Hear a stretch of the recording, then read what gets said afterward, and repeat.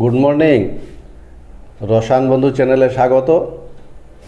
আজকে আমরা chemistry brain নিয়ে কথা বলবো। বোঝা গেছে? কেমিস্ট্রি ব্রেইন, যেখান থেকে আমরা বহু ধরনের প্রশ্নের উত্তর দিতে পারি, বহু টাইপের প্রশ্নের উত্তর। যেমন বলতো, যদি এটা লোহার পাত্র হয় তাহলে এর মধ্যে কপার সালফেট দ্রবণ রাখা যাবে কি না? কপারের সাথে সালফুরিক অ্যাসিডের বিক্রিয়ায় হাইড্রোজেন উৎপন্ন হবে কি? আয়রনের সাথে যদি কপারের বিক্রিয়া ঘটায় তাহলে সেক্ষেত্রে এই বিক্রিয়াটা ঘটবে কি? এরকম বহু টাইপের প্রশ্নের উত্তর, কেমিস্ট্রির বহু টাইপের প্রশ্নের উত্তর কিন্তু আমরা আজকের পড়াটার মধ্যে পাবো। সেই জন্যই বলেছি আজকের পড়াটা কেমিস্ট্রি ব্রেন, যেখান থেকে সমস্ত কেমিস্ট্রিটা ছড়িয়ে পড়েছে, বহু ধরনের রাসায়নিক সক্রিয়তার তারতম্য আমরা আজকের পড়াটা থেকে তৈরি করতে পারবো। শুরুটা করব আগের দিন যেখানে আমরা পড়াটা শেষ করেছিলাম সেই জায়গাটা থেকে। কোন একটা ধাতব দণ্ডকে তার আয়ন সমন্বিত দ্রবণে নিমজ্জিত করলে ধাতব দণ্ডের পৃষ্ঠতল এবং দ্রবণের সংযোগস্থলে যে ইলেকট্রিক্যাল ডাবল লেয়ারের সৃষ্টি হওয়ার ফলে তড়িৎ বিভবের সৃষ্টি হয় তাকে বলা হয় তড়িৎদ্বার বিভব। আগের ক্লাসে আমরা দেখেছি। আমরা আজকে এই তড়িৎদ্বার বিভবের মান সংক্রান্ত বা তড়িৎদ্বার বিভব সংক্রান্ত নার্স যে সমীকরণ আছে সেই সমীকরণটা প্রতিষ্ঠা করব। ফলে তড়িৎদ্বার বিভব সংক্রান্ত নার্স সমীকরণ।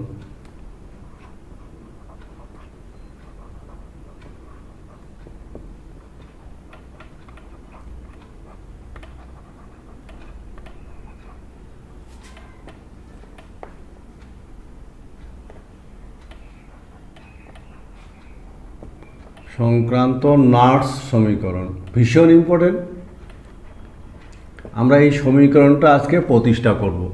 ধরে নিলাম কোনো একটা তড়িৎদ্বারে সংঘটিত যে বিক্রিয়া, সেই বিক্রিয়াটা আমরা ধরে নিলাম এন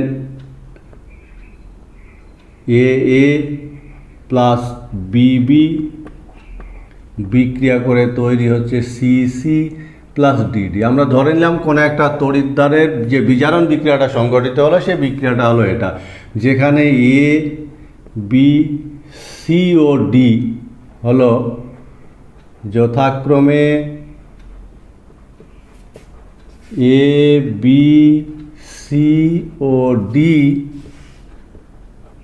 এর মোল সংখ্যা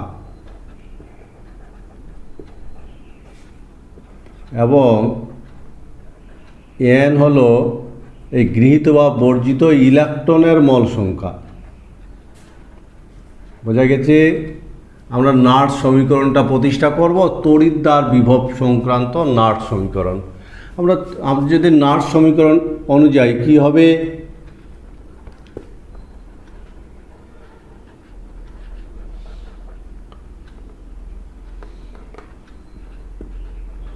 নার্স সমীকরণ অনুযায়ী তড়িৎদ্বার বিভব ই রিডাকশন তড়িৎদ্বার বিভব সমান প্রমাণ তড়িৎদ্বার বিভব minus R T by N F L N C C into DD by A into BB. এই হলো নার্স সমীকরণ তড়িৎদ্বার বিভব সংক্রান্ত। এবার আমরা যদি এর মানগুলো বসাই, আমরা ধরে নিলাম টি সমান 25 ডিগ্রি সি অর্থাৎ 298 কেলভিন, আর এর মান 8.314 জুল পার মল পার কেলভিন, এফ এর মান 96,500 কুলম। এই মানগুলো যদি আমরা বসিয়ে দিই তাহলে আমরা যে মানটা পাবো, এই জায়গার যে মানটা পাবো সমান E0 রিডাকশন বা E0 বিজারণ বিভব মানগুলো, এই যে এলএন আছে দেখতে, এলএনের যেটা ম্যাথামেটিক্যাল ফাংশান ওটাকে আমরা 10 বেসে কনভার্ট করব, লগে কনভার্ট করব। তাহলে 2.303 দিয়ে গুণ করতে হয়, তাহলে কি দাঁড়াবে 2.303 R T by N F log of C C DD by A B B, বোঝা গেছে। এবার আমরা এই মানটাকে যদি 25 ডিগ্রি সিতে এই মানটা যদি আমরা বের করি, তাহলে এই সব মানগুলো যদি এর মধ্যে বসিয়ে দেওয়া যায়, তাহলে বিজারণ বিভবের মান বেরোবে -0.059 by n log of CC DD by A into BB. এই হলো বিজারণ বিভব। আবার বলছি, তাহলে কি হবে, কোনো একটা তড়িৎদ্বারের বিজারণ বিভব সমান হবে এটা, যেখানে ই রিডাকশন হলো কি বিজারণ বিভব, তড়িৎদ্বারের বিজারণ বিভব, আর E0 রিডাকশন হলো প্রমাণ বিজারণ বিভব, তড়িৎদ্বারটার প্রমাণ বিজারণ বিভব। আর প্রমাণ বিজারণ বিভব একটা তড়িৎদ্বারের নির্দিষ্ট, এটা ধ্রুবক, বোঝা গেছে। এই হলো নার্স সমীকরণ। আবার বলছি, আগের দিন আমরা তড়িৎদ্বার বিভব দেখেছিলাম, আজকে আমরা তড়িৎদ্বার বিভবের মান বা নির্ণয়ের জন্য নার্স সমীকরণটা প্রমাণ করলাম, নার্স সমীকরণটা প্রতিষ্ঠা করলাম। এইটাকে আমরা নার্স সমীকরণ বলি, তড়িৎদ্বার বিভব সংক্রান্ত। আমরা ধরে নিলাম কোনো একটা তড়িৎদ্বারে সংঘটিত বিজারণ বিক্রিয়া হলো এটা, যেখানে ABCD হলো যথাক্রমে ABCD এর মল সংখ্যা এবং n হলো এই বিজারণ বিক্রিয়াটা গৃহীত বা বর্জিত মল সংখ্যা। তাহলে নার্স সমীকরণ অনুযায়ী আমরা সমীকরণটা লিখলাম, এখানে RT আর F এর মানগুলো লিখে রেখেছি, এই মানগুলোকে বসিয়ে দেওয়া হলো। মানগুলো যদি বসিয়ে দিয়ে গণনা করি, তাহলে শেষে ফাইনাল সমীকরণ দাঁড়াবে বিজারণ বিভব সমান প্রমাণ বিজারণ বিভব -0.059 by n log a c dd by a BB. এটাকে বলা হয় নার্স সমীকরণ। আমরা এই সমীকরণের থেকে নার্স সমীকরণটা যে পেলাম, সেই নার্স সমীকরণটা থেকে আমরা দেখতে পাচ্ছি তাহলে বিভিন্ন তড়িৎদ্বার বিভবের মান কিন্তু তাদের সক্রিয়তার উপর নির্ভর করে, বোঝা গেছে।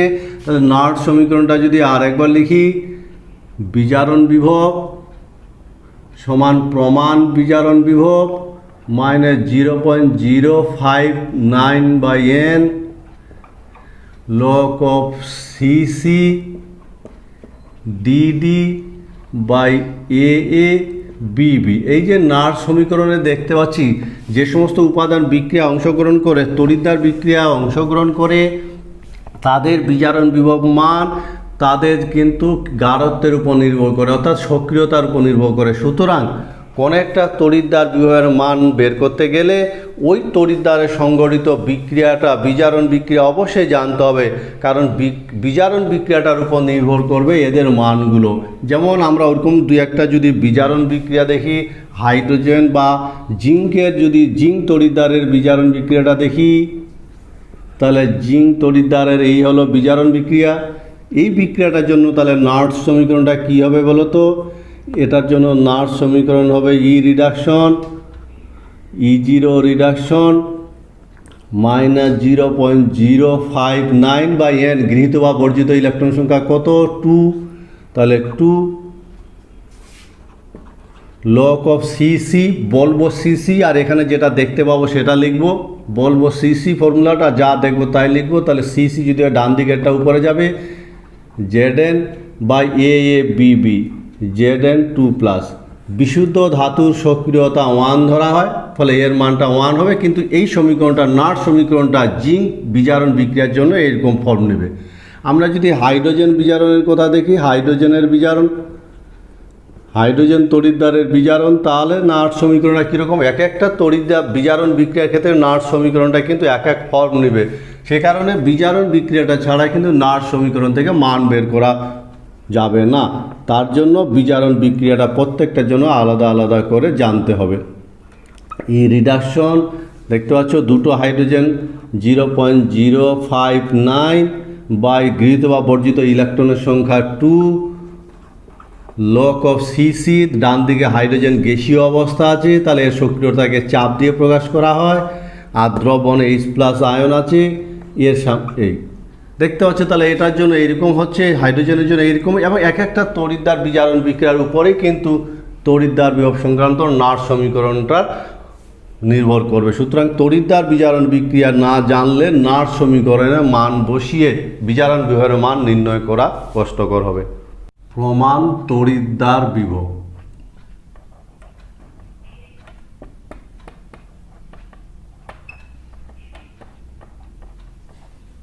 E0। তো বিভিন্ন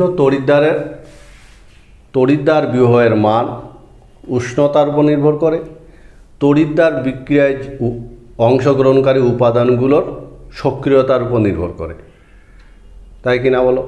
তাহলে তড়িৎদ্বার বিভবের মান যেমন উষ্ণতার উপর নির্ভর করে, ঠিক তেমনি তড়িৎদ্বার বিক্রিয়ায় অংশগ্রহণকারী উপাদানগুলোর সক্রিয়তার উপর নির্ভর করে, যেটা আমরা নাট সমীকরণ থেকে দেখলাম। আমরা নাট সমীকরণটাকে আরেকবার লিখি। বিজারণ বিভব সমান প্রমাণ বিজারণ বিভব 059/n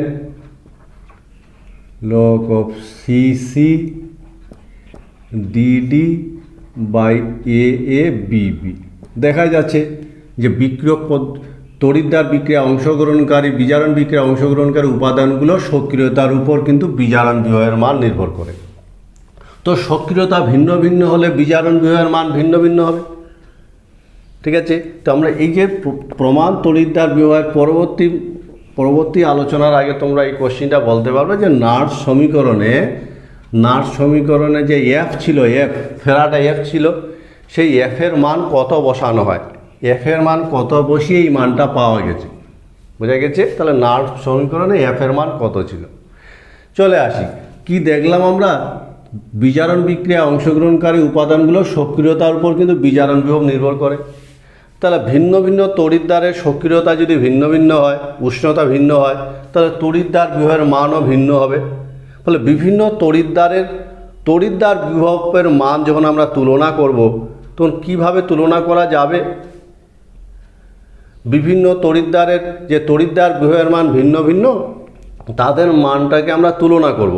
তাহলে তুলনা করতে গেলে একটা প্রমাণ কিন্তু অবস্থা আমাদের ধরে নিতে হবে।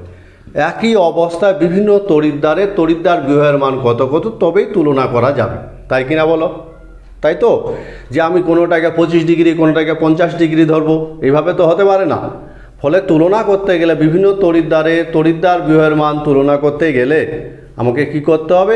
একই শর্তে বিভিন্ন তড়িৎদ্বার বিভবের মান নির্ণয় করতে হবে। এই শর্তটাকে আমরা বলি প্রমাণ অবস্থা।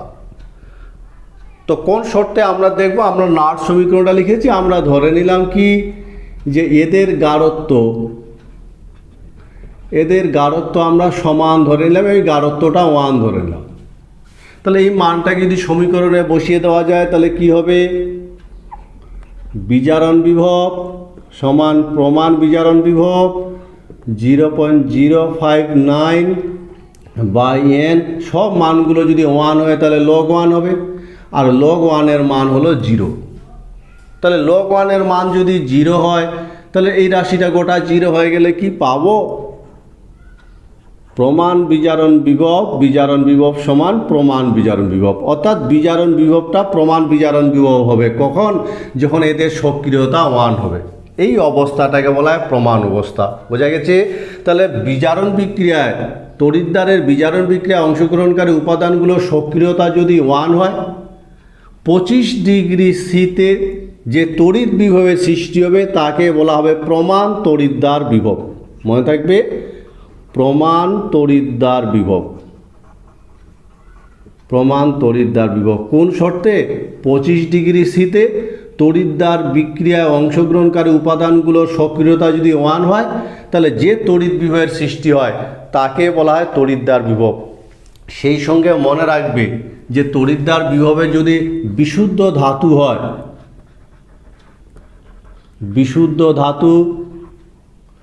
বা তাদের সক্রিয়তা কিন্তু 1 ধরা হয়, বিশুদ্ধ ধাতুর সক্রিয়তা 1 ধরা হয়।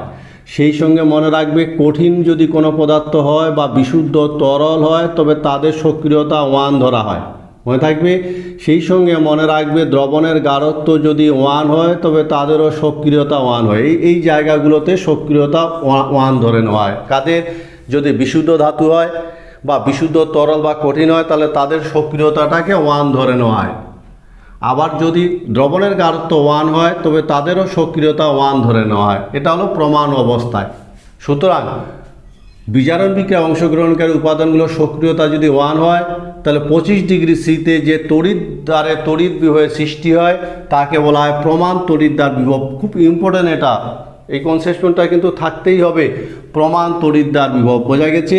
এবার প্রমাণ তড়িৎ দ্বার বিভবের চিহ্ন আমরা যদি বলি, এরকম করে বলা আছে যেমন কপারের প্রমাণ তড়িৎ দ্বার বিভবের মান এত, কত, প্লাস 0.34 ভোল্ট। তো এর অর্থ কি বলতো? কপারের প্রমাণ তড়িৎ দ্বার বিভবের মান এত ভোল্ট। এই কথাটার অর্থ কি বলো, তুমি বলো কি হবে বলো তো? তাহলে আমরা এখান থেকে বলতে পারবো যে একটা কপারের 1 m কপার দ্রবণে একটা কপারের দণ্ড নিমজ্জিত করলে কপার দণ্ডের এবং পৃষ্ঠতল আর দ্রবণের সংযোগস্থলে যে তড়িৎ বিভবের সৃষ্টি হবে তার মান হবে এত ভোল্ট। বোঝা গেছে আমার কথাটা? আবার বলছি, কপারের প্রমাণ বিজারণ বিভব এত ভোল্ট। কথাটার মানে কি? 1 m গাঢ়ত্বের কপার প্লাস 2 দ্রবণে যদি একটা কপারের দণ্ড প্রবেশ করানো হয় তাহলে কপার দণ্ডের পৃষ্ঠতল আর দ্রবণের সংযোগস্থলে যে তড়িৎ দ্বার বিভবের সৃষ্টি হবে তার মান হবে প্লাস 0.34 ভোল্ট। বোঝা গেছে? আমরা এবার দেখব প্রমাণ তড়িৎ দ্বার বিভবের মান এবং এর তাৎপর্য কি। তাৎপর্য, চিহ্ন এবং তাৎপর্য। তো প্রমাণ তড়িৎ দ্বার বিভবের চিহ্ন, যেমন মনে করো কপারের প্রমাণ তড়িৎ দ্বার বিভবের মান প্লাস 0.34 ভোল্ট, ঠিক আছে। আবার আমরা যদি জিঙ্কের দেখি, Zn, জিঙ্কের যদি দেখি মাইনাস 0.76 ভোল্ট। এই যে এর চিহ্নটা তাৎপর্য কি? কখন প্লাস হবে কখন মাইনাস হবে? জিঙ্কের ক্ষেত্রে মাইনাস নেগেটিভ, আবার কপারের ক্ষেত্রে পজিটিভ। তখন এই চিহ্নটার কখন পজিটিভ কখন নেগেটিভ হয় বলো তো? মনে রাখবে, যে তড়িৎদ্বারটার প্রমাণ তড়িৎদ্বার বিভব আমরা নির্ণয় করব সেই তড়িৎদ্বারটাকে প্রমাণ হাইড্রোজেন তড়িৎদ্বারের সাথে যুক্ত করে একটা কষ তৈরি করব। মনে থাকবে, একটা অজানা তড়িৎদ্বার যার প্রমাণ বিজারণ বিভব নির্ণয় করব তার সাথে প্রমাণ হাইড্রোজেন তড়িৎদ্বার, যে প্রমাণ হাইড্রোজেন তড়িৎদ্বারের সাথে যুক্ত করে একটা কষ তৈরি করব। এবার প্রমাণ হাইড্রোজেন তড়িৎদ্বারের সাপেক্ষে ওই নির্ণীত তড়িৎদ্বারটিতে যদি জারণ ক্রিয়া সম্পন্ন হয়, মনে রাখবে প্রমাণ হাইড্রোজেন তড়িৎদ্বারের সাপেক্ষে যদি জারণ ঘটে তবে তার চিহ্নটা নেগেটিভ হবে। আর যদি বিজারণ ঘটে তবে তার চিহ্নটা পজিটিভ হবে। বোঝা গেছে? তাহলে প্রমাণ হাইড্রোজেন তড়িৎদ্বারের সাথে যদি জিঙ্ক তড়িৎদ্বার যুক্ত করা হয় তাহলে জিঙ্ক তড়িৎদ্বারে জারণ ক্রিয়া ঘটে বলে এর চিহ্নটা নেগেটিভ হয়, আর কপার তড়িৎদ্বারে বিজারণ ঘটে বলে চিহ্নটা ধনাত্মক হয়। সুতরাং প্রমাণ হাইড্রোজেন তড়িৎদ্বারের সাপেক্ষে যদি ওই নির্দিষ্ট তড়িৎদ্বারে জারণ ক্রিয়া ঘটে তবে নেগেটিভ চিহ্ন ব্যবহার করা হয়, আর যদি বিজারণ ক্রিয়া ঘটে তবে পজিটিভ চিহ্ন ব্যবহার করা হয়। সুতরাং প্রমাণ বিজারণ বিভবের মানের তাৎপর্য, ঠিক আছে। তো এই তাৎপর্যটা বলার আগে ভীষণ ইম্পর্টেন্ট একটা কনসেপ্ট, তার আগে জেনে নিবে প্রমাণ বিজারণ বিভবের দুটো অবস্থা, একটা জারিত অবস্থা, একটা বিজারিত অবস্থা। এই অবস্থাটাকে জারিত অবস্থা বলা হয় আইনিত অবস্থাটাকে, আর স্বাভাবিক অবস্থাটাকে বিজারিত অবস্থা বলা হয়। তো প্রমাণ বিজারণ বিভবের তাৎপর্য মনে রাখবে, E0 মান যত বেশি হবে, E0 মান যত বেশি হবে এই জারিত বিজারিত অবস্থার মধ্যে জারিত যে অবস্থাটা আছে সেই জারিত অবস্থাটার বিজারিত হওয়ার প্রবণতা তত বেশি হবে, বিজারিত হওয়ার প্রবণতা তত বেশি হবে। বোঝা গেছে? হওয়ার প্রবণতা তত বেশি, প্রবণতা তত বেশি। আবার বলছি যে E0 মানের তাৎপর্য, দুটো তড়িৎদ্বারের যার E0 মান যত বেশি ওই তড়িৎদ্বারের যে জারিত অবস্থাটা আছে সেই জারিত অবস্থাটার বিজারিত হওয়ার প্রবণতা তত বেশি, সে নিজে বিজারিত হবে অন্যকে জারিত করে, সুতরাং সে তীব্র জারক হিসাবে আচরণ করবে, জারক হবে। বোঝা গেছে? কীরকম জারক হবে? তীব্র জারক হবে, তীব্র জারক হবে। যেমন উদাহরণ দিয়ে যদি আমরা বলি, যেমন গোল্ডের প্রমাণ বিজারণ বিভবের মান কপার অপেক্ষা বেশি, কপার অপেক্ষা বেশি। ঠিক আছে, তাহলে কি হবে? গোল্ড কিন্তু তীব্র জারক হবে। বোঝা গেছে? অর্থাৎ গোল্ডের যে জারিত অবস্থাটা এটা কি হবে? এ তীব্র জারক হবে। এবং কার তুলনায়? এর তুলনায় কপার প্লাস 2 অপেক্ষা গোল্ড প্লাস 3 তীব্র জারক হবে। ঠিক আছে, আমরা যদি দেখি কি মানটা যত E0 মান যত কম হবে, এবার E0 মানে তাৎপর্য পড়ছি, E0 মান যত কম হবে তাহলে কি হবে? ওর মধ্যে যে জারিত অবস্থাটা আছে, আবার বলছি ওর মধ্যে যে তড়িৎদ্বারের মধ্যে যে বিজারিত অবস্থাটা আছে, এই বিজারিত অবস্থাটা আছে, তার জারিত হওয়ার প্রবণতা কিন্তু তত বেশি হবে। বিজারিত অবস্থাটা নিজে জারিত হতে চাইবে, অন্যকে কি করে? বিজারিত করে, ফলে সে তখন তীব্র বিজারক হিসাবে আচরণ করবে। উদাহরণ হিসাবে যদি আমরা বলি, যেমন জিঙ্কের প্রমাণ বিজারণ বিভব আয়রন অপেক্ষা বেশি, জিঙ্কের প্রমাণ বিজারণ বিভব আয়রন অপেক্ষা কম। মনে থাকবে? তাহলে জিঙ্কের প্রমাণ বিজারণ বিভব আয়রন অপেক্ষা কম। ঠিক আছে, তাহলে এক্ষেত্রে আমরা কি দেখব বলো তো? যে যদি মানটা যত কম হবে, এর যে বিজারিত অবস্থাটা আছে সেটা কিন্তু তীব্র বিজারক হিসাবে আচরণ করবে। কার তুলনায়? আয়রন অপেক্ষা। এই কথা বোঝা গেছে? ফলে জিঙ্ক কিন্তু কি করবে? আবার বলছি, জিঙ্ক তীব্র কি করবে? জিঙ্ক তীব্র বিজারক হিসাবে আচরণ করবে, তীব্র বিজারক হিসাবে আচরণ করবে। এবং আয়রন অপেক্ষা জিঙ্ক যে বিজারণ ধর্ম বেশি হবে, অর্থাৎ জিঙ্ক কি হবে? আয়রন অপেক্ষা তীব্র বিজারক হবে। তো এই হলো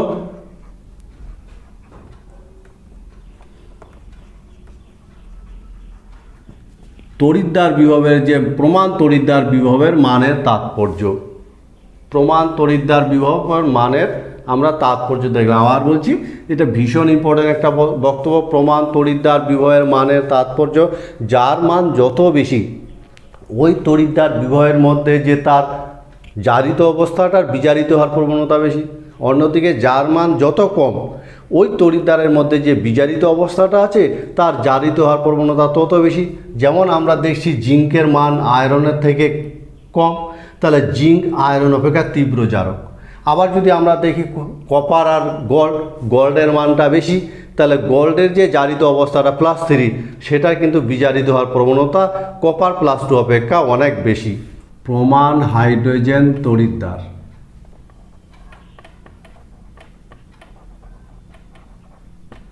প্রমাণ হাইড্রোজেন, স্ট্যান্ডার্ড হাইড্রোজেন ইলেকট্রোড বলা হয়। ভালো একটা টার্ম, ভালো কনসেপশন। আগের পড়াগুলো বোঝা গেছে তো? মূলত আজকে আমরা প্রমাণ তড়িৎদ্বার বিভব এবং তড়িৎদ্বার বিভব সংক্রান্ত নার্স সমীকরণ এই জিনিসগুলো দেখছি। এবার আমরা দেখব যে যে কোনো তড়িৎদ্বারের প্রমাণ তড়িৎদ্বার বিভব নির্ণয় করতে গেলে হাইড্রোজেনের সাপেক্ষে নির্ণয় করা হয়। তো হাইড্রোজেন তড়িৎদ্বারটা অ্যাকচুয়ালি কীভাবে তৈরি হয়, এর প্রমাণ তড়িৎদ্বার বিভবের মান কত ধরা হয়, সেই বিষয়টা আমরা একটু দেখে নিব। তো প্রমাণ হাইড্রোজেন তড়িৎদ্বার এর সেটিংটা কীরকম বলো তো? আমরা যদি একটা বিকারের মধ্যে 1m গাঢ়ত্বের H+ দ্রবণ থাকে এবং এর মধ্যে যদি প্লাটিনামের আস্তরণ দেওয়া, মনে রাখবে প্লাটিনামের আস্তরণ দেওয়া, একটা প্লাটিনাম ব্ল্যাকের আস্তরণ দেওয়া প্লাটিনাম পাত যদি এর মধ্যে আংশিক ডুবিয়ে রাখা হয় এবং ওই দ্রবণের মধ্যে যদি 1 atm চাপে হাইড্রোজেন গ্যাস চালনা করা হয়, তাহলে যে সেটিংটা পাওয়া যায়, যে তড়িৎদ্বারটা সৃষ্টি হয়, তাকে বলা হয় হাইড্রোজেন তড়িৎদ্বার। বোঝা গেছে? আবার বলছি, 25 ডিগ্রি সিতে যদি 1m H+ দ্রবণের গাঢ়ত্বে একটা 1 ATM চাপে হাইড্রোজেন গ্যাস চালনা করা হয় এবং ওই দ্রবণের মধ্যে প্লাটিনাম ব্ল্যাকের আস্তরণ দেওয়া একটা ধাতব পাত আংশিক নিমজ্জিত থাকে, তাহলে যে সেটিংটা পাওয়া যায়, যে তড়িৎদ্বারটা পাওয়া যায় তাকে বলা হয় প্রমাণ হাইড্রোজেন তড়িৎদ্বার। এবং এই প্রমাণ হাইড্রোজেন তড়িৎদ্বারের যে সংকেতটা হবে সেই সংকেতটা প্রমাণ হাইড্রোজেন তড়িৎদ্বারের সংকেত। প্লাটিনাম এখানে নিষ্ক্রিয়, সাপোর্টিং ইলেকট্রোড বলা হয়, তার সাথে হাইড্রোজেন আছে 1 ATM, তার সাথে হাইড্রোজেন আয়ন আছে যেখানে AH+ = 1। এটা হলো প্রমাণ হাইড্রোজেন তড়িৎদ্বারের সংকেত, বোঝা গেছে। এবং এখানে যে এর যে E0 মানটা ধরা হয়, প্রমাণ হাইড্রোজেনের যে কোনো উষ্ণতায় হাইড্রোজেনের প্রমাণ তড়িৎদ্বার বিভবের মান 0 ধরা হয়। এই জায়গাটাতে হাইড্রোজেন ক্যাথোড হিসাবে আচরণ করতে পারে, অ্যানোড হিসাবেও আচরণ করতে পারে। হাইড্রোজেন যখন ক্যাথোড হিসাবে আচরণ করবে তখন হাইড্রোজেনের ক্যাথোড বিক্রিয়া কী হবে বলো তো? হাইড্রোজেন ক্যাথোড হিসাবে যখন আচরণ করবে তখন ক্যাথোড বিক্রিয়া হাইড্রোজেন কিন্তু বিজারিত হবে। এই যখন অ্যানোড হিসাবে হবে তখন হাইড্রোজেন জারিত হবে। অ্যানোড হিসাবে যখন আচরণ করবে তখন হাইড্রোজেন কিন্তু জারিত হবে। এই হলো প্রমাণ হাইড্রোজেন তড়িৎদ্বার, ভালো একটা কনসেপ্ট। এর সাহায্যে আমরা কি করি? অন্যান্য তড়িৎদ্বার বিভব, প্রমাণ তড়িৎদ্বার বিভব গণনা করি। আরেকবার বলছি, 25 ডিগ্রি সিতে 1 mH+ দ্রবণে যদি প্লাটিনাম ব্ল্যাকের আস্তরণ দেওয়া একটা প্লাটিনাম পাত আংশিক নিমজ্জিত করে ওই দ্রবণের মধ্যে 1 ATM চাপে হাইড্রোজেন গ্যাস চালনা করা যায়, তাহলে যে তড়িৎদ্বারটা সৃষ্টি হয় তাকে বলা হয় প্রমাণ হাইড্রোজেন তড়িৎদ্বার, বুঝা গেছে। এই ধরনের তড়িৎদ্বারের সংকেত, প্রমাণ হাইড্রোজেন তড়িৎদ্বারের সংকেত হলো প্লাটিনাম হাইড্রোজেন H+। এবং যে কোনো উষ্ণতায় প্রমাণ হাইড্রোজেন তড়িৎদ্বারের যে মান সেটা 0 ধরা হয়। এবং এই তড়িৎদ্বারে যদি তড়িৎদ্বারটা যদি ক্যাথোড হিসাবে আচরণ করে তাহলে এই বিক্রিয়াটা সংঘটিত হবে, আর যদি অ্যানোড হিসাবে আচরণ করে তাহলে এই বিক্রিয়াটা সংঘটিত হবে। আমরা এবার দেখব যে কোনো একটা অজানা তড়িৎদ্বারের প্রমাণ তড়িৎদ্বার বিভবের মান আমরা কি করে নির্ণয় করতে পারি। অজানা তড়িৎদ্বার, বোঝা গেছে। তাহলে অজানা তড়িৎদ্বারের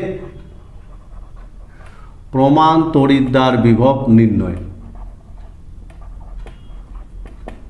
প্রমাণ তড়িৎদ্বার বিভব নির্ণয়। আমরা একটা অজানা তড়িৎদ্বার দিল এবং সেটাকে আমরা প্রমাণ তড়িৎদ্বার বিভবের মান কী করে নির্ণয় করব বলো তো? তখন আমরা কি করব? প্রমাণ হাইড্রোজেন যে তড়িৎদ্বার আছে সেই তড়িৎদ্বারের সাথে ওই তড়িৎদ্বারটা আমরা একটা কোষ তৈরি করব। মনে করি এটা প্রমাণ হাইড্রোজেন তড়িৎদ্বার, এই লবণ সেতু, এটা হলো প্রমাণ হাইড্রোজেন তড়িৎদ্বার, প্রমাণ হাইড্রোজেন তড়িৎদ্বার, ঠিক আছে, বোঝা যাচ্ছে তো? প্রমাণ হাইড্রোজেন তড়িৎদ্বার।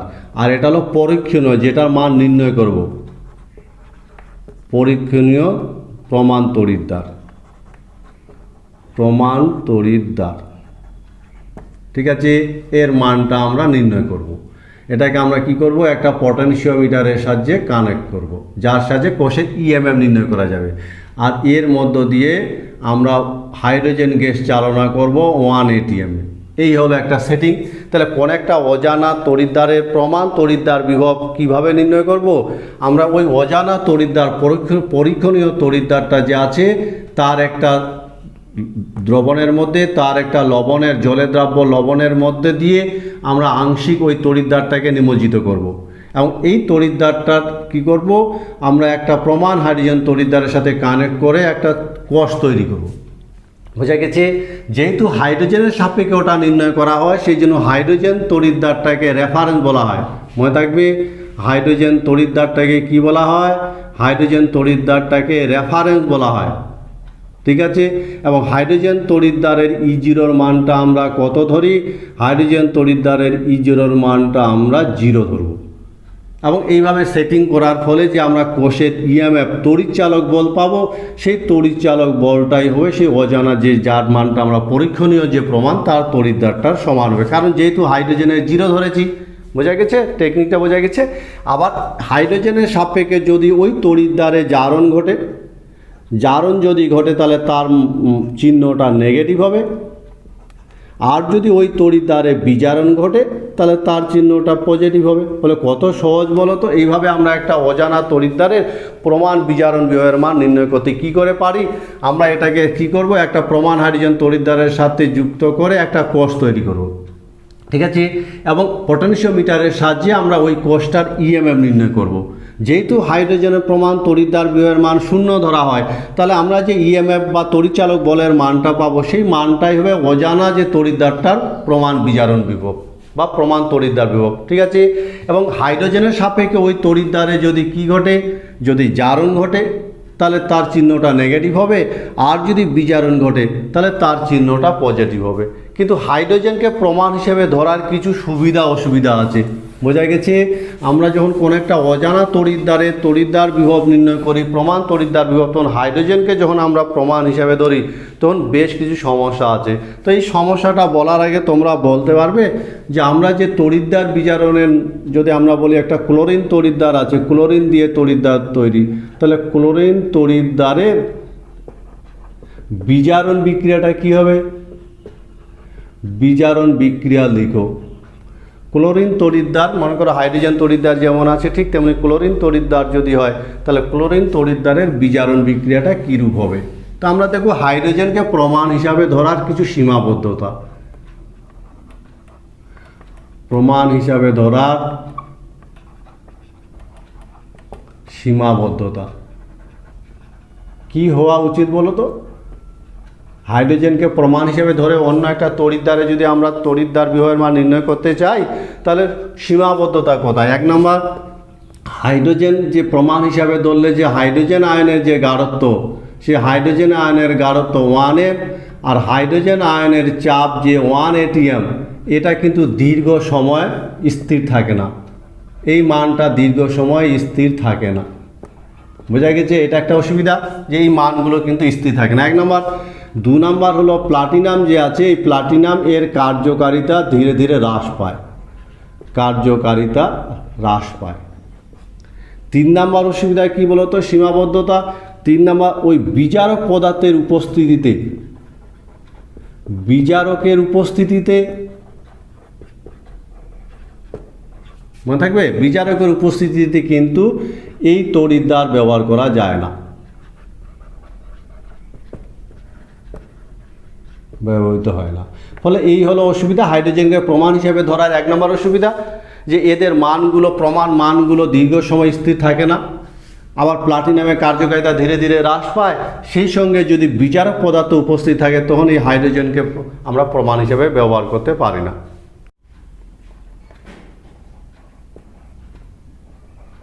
ক্যালোমেল ইলেকট্রোড নাম শুনেছ, ক্যালোমেল ইলেকট্রোড। এই যে হাইড্রোজেনকে প্রমাণ হিসেবে ধরার যে আমরা অসুবিধা দেখলাম, সেজন্য অল্টারনেটিভ আমরা আর একটা ইলেকট্রোড ব্যবহার করে থাকি যাকে বলা হয় ক্যালোমেল ইলেকট্রোড। এবং এই ক্যালোমেল ইলেকট্রোডের সংকেত, ক্যালোমেল ইলেকট্রোডের সংকেত হলো মার্কারি ঘটিত একটা ইলেকট্রোড, তরল মার্কারি, তার সাথে মার্কুরাস ক্লোরাইড লবণ, তার সাথে KCl, এই হলো ক্যালোমেল ইলেকট্রোডের সংকেত, বোঝা গেছে। অল্টারনেটিভলি আমরা এই সংকেতটা ব্যবহার করে থাকি। এবার ক্যালোমেল তড়িৎদ্বারে সংঘটিত বিক্রিয়াটা কি বলতো, ক্যালোমেল তড়িৎদ্বারে সংঘটিত বিক্রিয়া। তার আগে তোমরা বলতে পারবে যে হাইড্রোজেনের প্রমাণ তড়িৎদ্বার বিভবের মান কত, হাইড্রোজেনের প্রমাণ তড়িৎদ্বার বিভবের মান কত, বলো, তুমি বলো। ঠিক আছে, তো এই যে বিক্রিয়াটা ঘটে সেই বিক্রিয়াটা হলো এটা, তড়িৎদ্বারের যে বিজারণ বিক্রিয়া,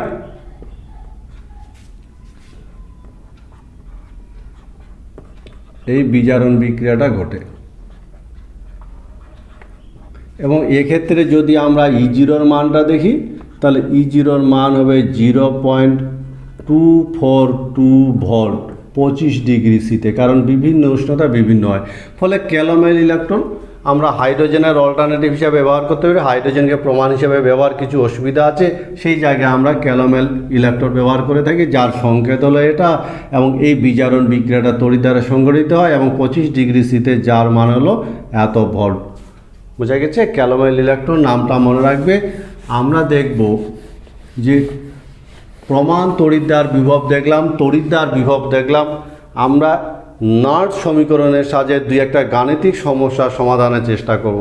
যেমন আমরা যদি বলি যে একটা সিলভার নাইট্রেট দ্রবণ আছে 1 m গাঢ়ত্বে, ধরে নিলাম আমরা এখানে 0.15 m গাঢ়ত্বের সিলভার নাইট্রেট দ্রবণ আছে 25 ডিগ্রি সিতে, এবং এই দ্রবণের মধ্যে যদি একটা সিলভার দণ্ড প্রবেশ করানো হয়, বোঝা গেছে আমার কথা? আবার বলছি 25 ডিগ্রি সিতে 0.51 m গাঢ়ত্বের AgNO3 দ্রবণে আমরা একটা সিলভার দণ্ড যদি প্রবেশ করাই, তাহলে সিলভার দণ্ড প্রবেশ করালে তার সিলভারের যে তড়িৎদ্বার বিভবের মান কত হবে?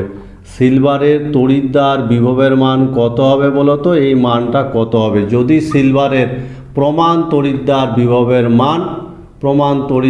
বিভবের মান বলে দিয়েছে 0.80 ভোল্ট। এর বলো তো, এটা একটা গাণিতিক প্রবলেম, বোঝা গেছে নিশ্চয়ই। 0.15 m AgNO3 দ্রবণে 25 ডিগ্রি সিতে যদি একটা সিলভার দণ্ড প্রবেশ করানো যায়, তাহলে সেখানে তড়িৎদ্বার বিভবের মান কত হবে যদি সিলভারের প্রমাণ তড়িৎদ্বার বিভবের মান 0.8 ভোল্ট হয়। এই গাণিতিক সমস্যাটা আমরা সমাধান করব, ঠিক আছে? তো আমরা তার জন্য নার্ড সমীকরণটাকে কাজে লাগাবো। তড়িৎদ্বার বিভব, যে মনে রাখা দরকার, তড়িৎদ্বার বিভবের মান বের করতে গেলে তড়িৎদ্বার বিজারণ বিক্রিয়াটা কিন্তু লাগবে। আমরা আগে এটা বলেছিলাম, তড়িৎদ্বারের বিজারণ বিক্রিয়া ছাড়া কিন্তু এই ধরনের সমস্যা। তাহলে যেহেতু সিলভার তড়িৎদ্বার, ফলে এর বিজারণ বিক্রিয়াটা হবে এটা, এবং এই বিজারণ বিক্রিয়াটা দেখে দেখে আমাকে নার্ড সমীকরণটা লিখতে হবে, ঠিক আছে? তাহলে এই বিজারণ বিক্রিয়াটার জন্য নার্ড সমীকরণটা কী হবে বলো তো? বিজারণ সমান প্রমাণ বিজারণ বিভব minus 0.059 by n log of CC, মানে ডান দিকেরটা যাবে, বাই AABB। এবার এই মানগুলো বসিয়ে দিব। প্রমাণ বিজারণ বিভবের মান কত বলেছে বলো তো? 0.80 মাইনাস 0.059 বাই কটা ইলেকট্রনের আদান প্রদান ঘটেছে? একটা ইলেকট্রনের আদান প্রদান ঘটেছে। লগ অফ বলো তো, এখানে বিশুদ্ধ সিলভার, বিশুদ্ধ ধাতুর ক্ষেত্রে, বিশুদ্ধ কঠিনের ক্ষেত্রে 1 ধরা হয়, তাহলে লগ 1 বাই সিলভার আয়নের গাঢ়ত্ব 0.15। এই মানগুলো যদি আমরা ক্যালকুলেটারে চাপি, তাহলে একটা নির্দিষ্ট মান পাওয়া যাবে, বোঝা গেছে আমার কথাটা? এবং মানটা হবে প্লাস 0.75 ভোল্ট। এটা তড়িৎদ্বারের অর্ধবিক্রিয়া লেখা আছে এখানে। এই অর্ধবিক্রিয়াটা থেকে তড়িৎদ্বার বিভবের মান নির্ণয় করব, ঠিক আছে? 25 ডিগ্রি সিতে যে তড়িৎদ্বারের এটা একটা অর্ধবিক্রিয়া, অর্ধকোষ, সেখান থেকে আমরা কি করব? তড়িৎদ্বার বিভবের মান কত হবে নার্ড সমীকরণটাকে কাজে লাগাবো। তো দেখতে পাচ্ছি এই তড়িৎদ্বারটা কী বলো তো? হাইড্রোজেন তড়িৎদ্বার। তাহলে বারবার যে কথাটা বোঝাবার চেষ্টা করছি, তড়িৎদ্বার বিভবের মান বের করতে চাইলে, বের করতে গেলে, বের করতে হলে তো সেই তড়িৎদ্বারে সংঘটিত বিজারণ বিক্রিয়াটা কিন্তু লাগবে। আমরা হাইড্রোজেন তড়িৎদ্বারের বিজারণ বিক্রিয়া লিখব। এটা হলো হাইড্রোজেন তড়িৎদ্বারের বিজারণ বিক্রিয়া, এবং এই বিজারণ বিক্রিয়াটা দিয়ে আমাকে নার্ড সমীকরণটা লিখতে হবে। তাহলে তড়িৎদ্বার বিভব সমান প্রমাণ বিজারণ বিভব মাইনাস 0.059 বাই, দেখতে পাচ্ছ ইলেকট্রনের আদান প্রদান 2, লগ অফ, যেহেতু এটা গ্যাসীয় অবস্থায় আছে, তাহলে একে আমরা চাপ দিয়ে প্রকাশ করব সক্রিয়তাটাকে, আর এটা হলো হাইড্রোজেন প্লাস এই। ফলে এই বিজারণ বিক্রিয়াটার জন্য এই হলো সমীকরণ। এবার মানগুলো বসাবো। যেহেতু হাইড্রোজেনের প্রমাণ তড়িৎদ্বার বিভবের মান 0 ধরা হয়, মাইনাস 0.059 বাই 2 লগ অফ, চাপের মান দেওয়া আছে 1.5 ATM, আর হাইড্রোজেন আয়নের গাঢ়ত্ব দেওয়া আছে 0.01। খুব সহজ তো, খুবই সহজ। এই মানগুলো দেওয়াই আছে, মানগুলো বসিয়ে দিলাম, এবং এই মানগুলো যদি আমরা ক্যালকুলেটারে চাপি, তাহলে আমরা একটা মান পাবো মাইনাস 0.123 ভোল্ট। ফলে তড়িৎ রাসায়নিক শ্রেণী,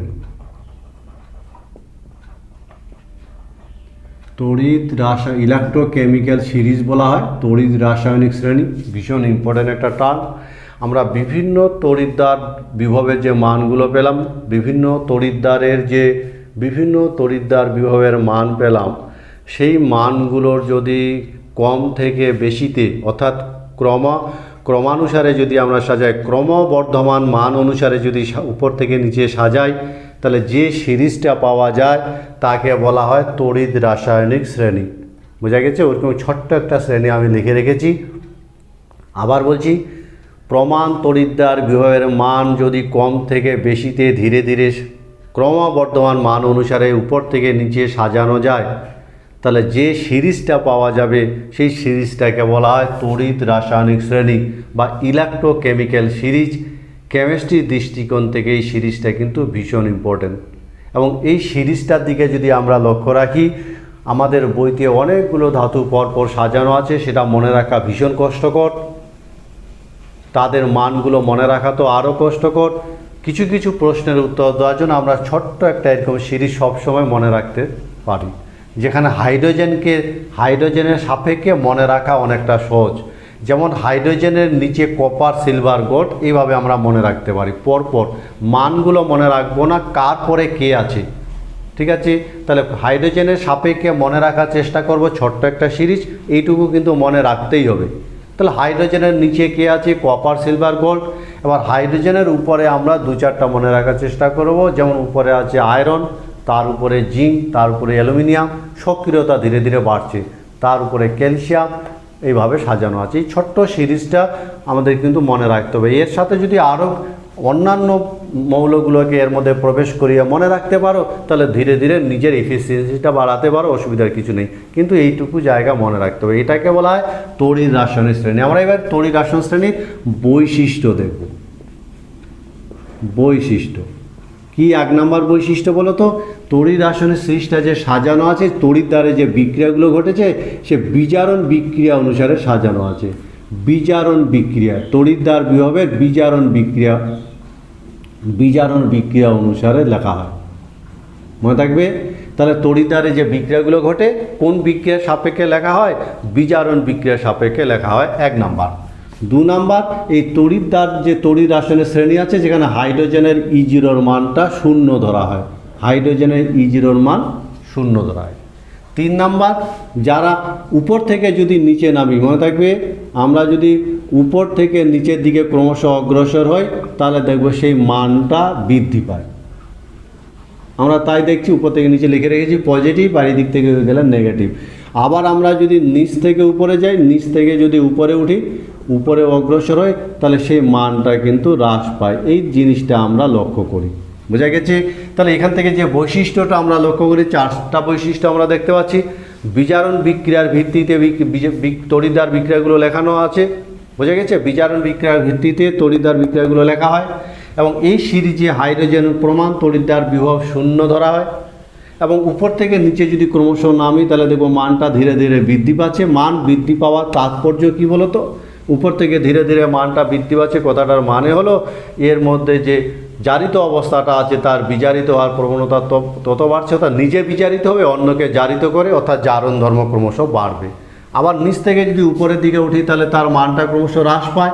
হ্রাস পাওয়ার মানে হলো এর মধ্যে যে বিজারিত অবস্থাটা আছে সে নিজে জারিত হওয়ার প্রবণতা তার বেশি হবে, অর্থাৎ সে নিজের তীব্র বিজারক হিসাবে আচরণ করবে। ফলে আপেক্ষিক অবস্থানের ভিত্তিতে আমরা বলে দিতে পারি কার জারণ ধর্ম বেশি, কার বিজারণ ধর্ম বেশি। এবার আমরা দেখব এই সিরিজটার প্রয়োগ, এই সিরিজটার অ্যাপ্লিকেশন। এই সিরিজটা থেকে আমরা কি কি জানতে পারি? যেমন আমরা জানতে পারি যে অ্যাসিড থেকে হাইড্রোজেন পাওয়া যাবে কি না, অ্যাসিড থেকে হাইড্রোজেন উৎপন্ন হবে কি না, আমরা এই সিরিজ থেকে বলে দিতে পারি। বোঝা গেছে? বহু ধরনের প্রশ্নের উত্তর কিন্তু আমরা এখানে দিতে পারি, বহু ধরনের। শুরুতে যেটা বলেছিলাম, আমরা আজকে কেমিস্ট্রির ব্রেন নিয়ে কথা বলবো, আমরা সেই জায়গায় পৌঁছে গেছি।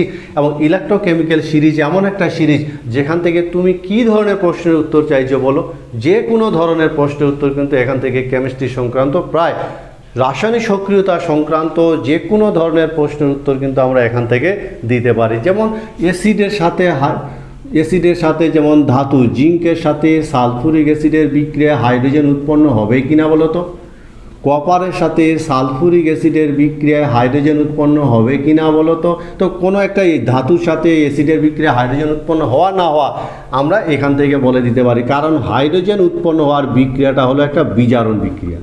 ঠিক আছে, তাহলে হাইড্রোজেন উৎপন্ন হওয়ার বিক্রিয়াটা যদি একটা বিজারণ বিক্রিয়া, এটা যদি একটা বিজারণ বিক্রিয়া হয়, তাহলে হাইড্রোজেনকে কি করতে হবে? বিজারিত করতে হবে, তাই কিনা বলো? তাহলে হাইড্রোজেনকে যে বিজারিত করবে সে হাইড্রোজেন অপেক্ষা তীব্র বিজারক হতে হবে, তবে তো হাইড্রোজেনকে বিজারিত করতে পারবে। তাহলে হাইড্রোজেন অপেক্ষা তীব্র বিজারক হতে গেলে তড়িৎ রাসায়নিক শ্রেণীতে তাকে হাইড্রোজেনের উপরে থাকতে হবে, তাই কিনা বলো? যারা যত উপরে আছে তারা তত বিজারক। তাহলে হাইড্রোজেনকে বিজারিত করতে গেলে হাইড্রোজেনের নিচে যারা আছে তারা হাইড্রোজেনের তুলনায় জারক, হাইড্রোজেনের উপরে যারা আছে তারা হাইড্রোজেনের তুলনায় বিজারক। ফলে সেই ধাতুটা অ্যাসিড থেকে হাইড্রোজেন উৎপন্ন করতে পারবে যে হাইড্রোজেনের উপরে আছে। বলো তো কত সহজ? তাহলে জিঙ্ক কিন্তু হাইড্রোজেন উৎপন্ন করতে পারবে, কপার পারবে না। কেন? কপার হাইড্রোজেনের নিচে আছে।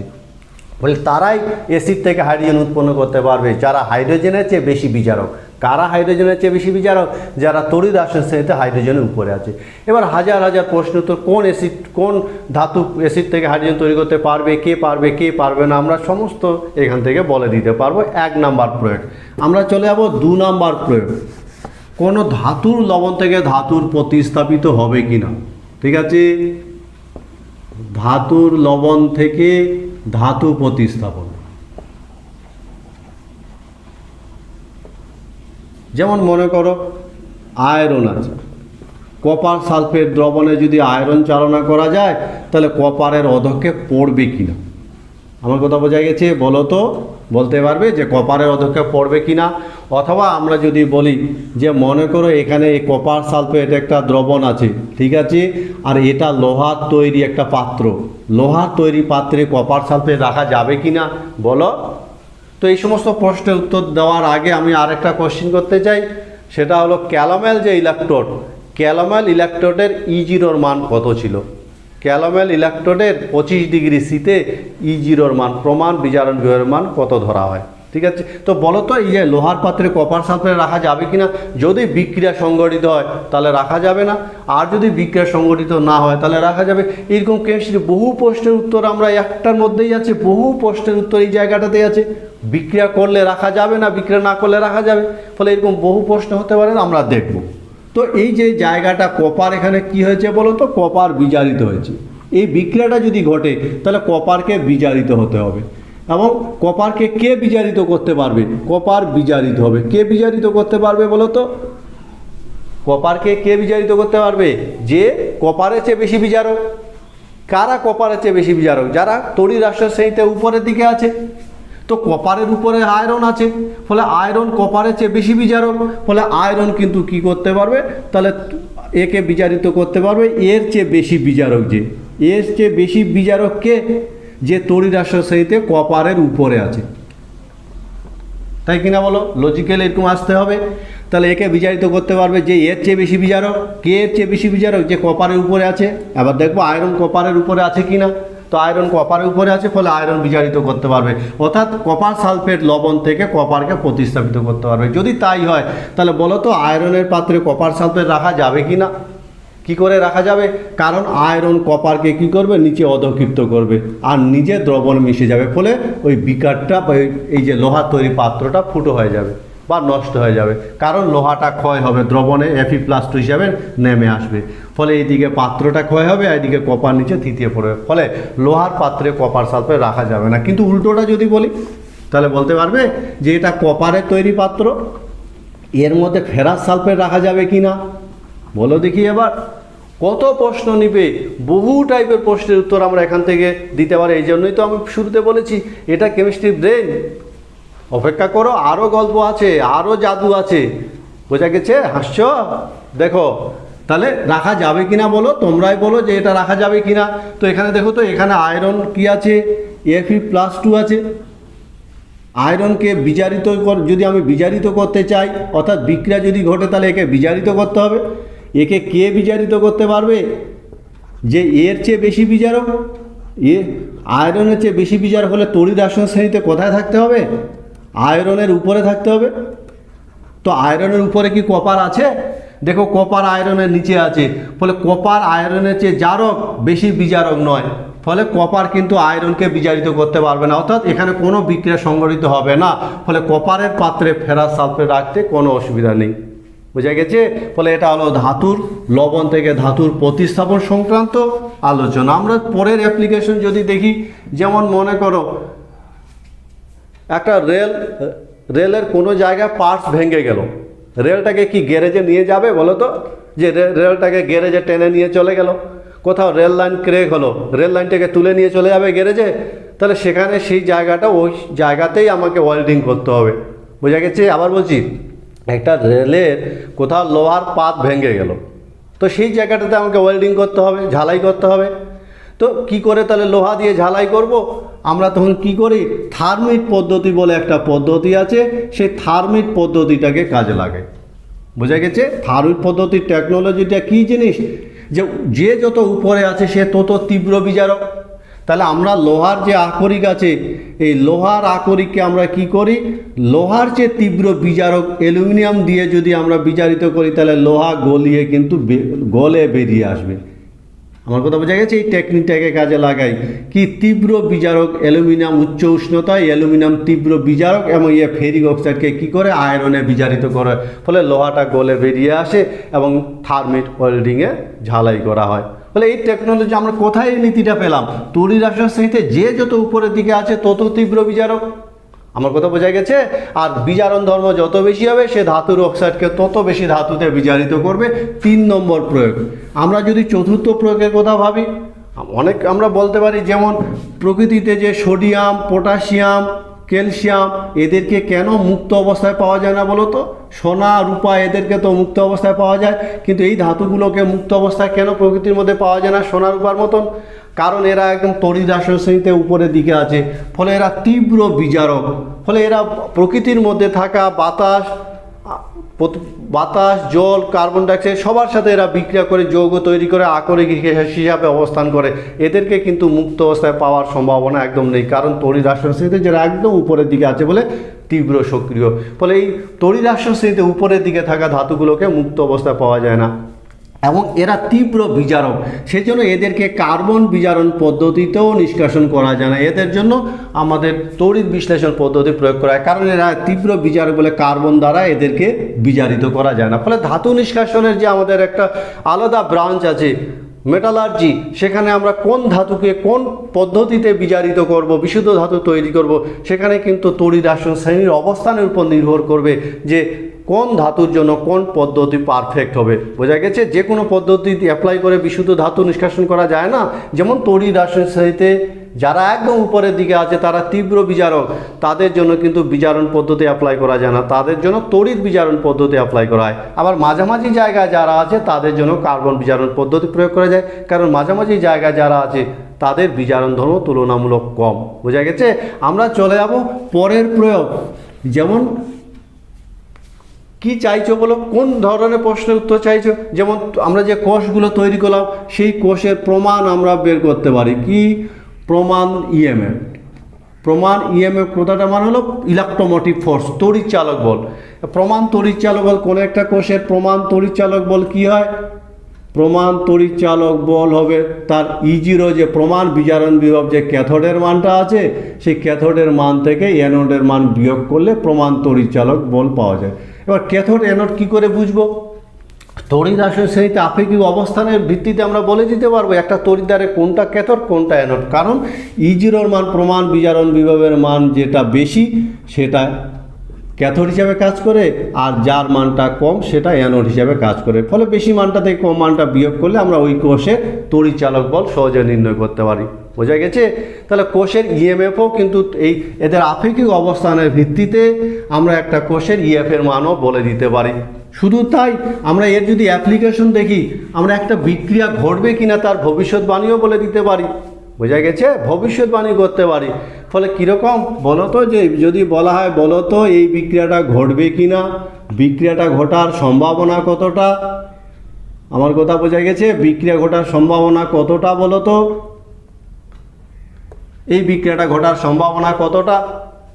তো আমি কি করব?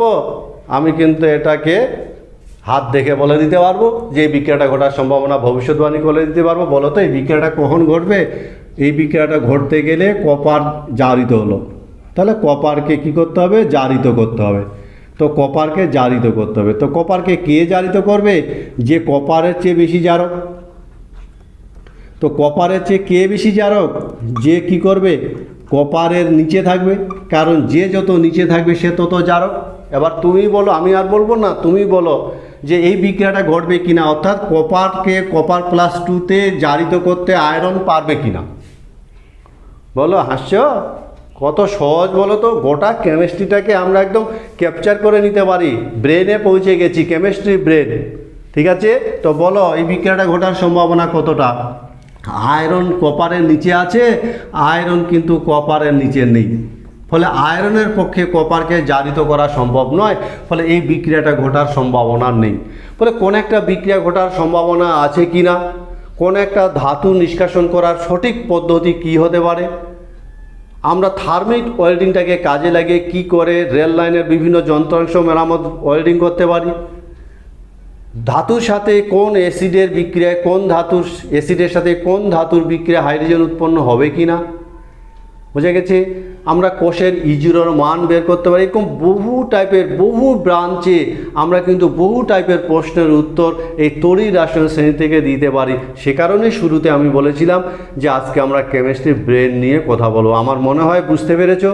ভালো করে ক্লাসটা ফলো করবে এবং এই জায়গাটা থেকে একটা সুন্দর কংক্রিট তড়িৎ রাসায়নিক কোষের কনসেপশন তৈরি হবে, তৈরি করবে, এই প্রত্যাশা রেখে আজকে এখানে শেষ করছি।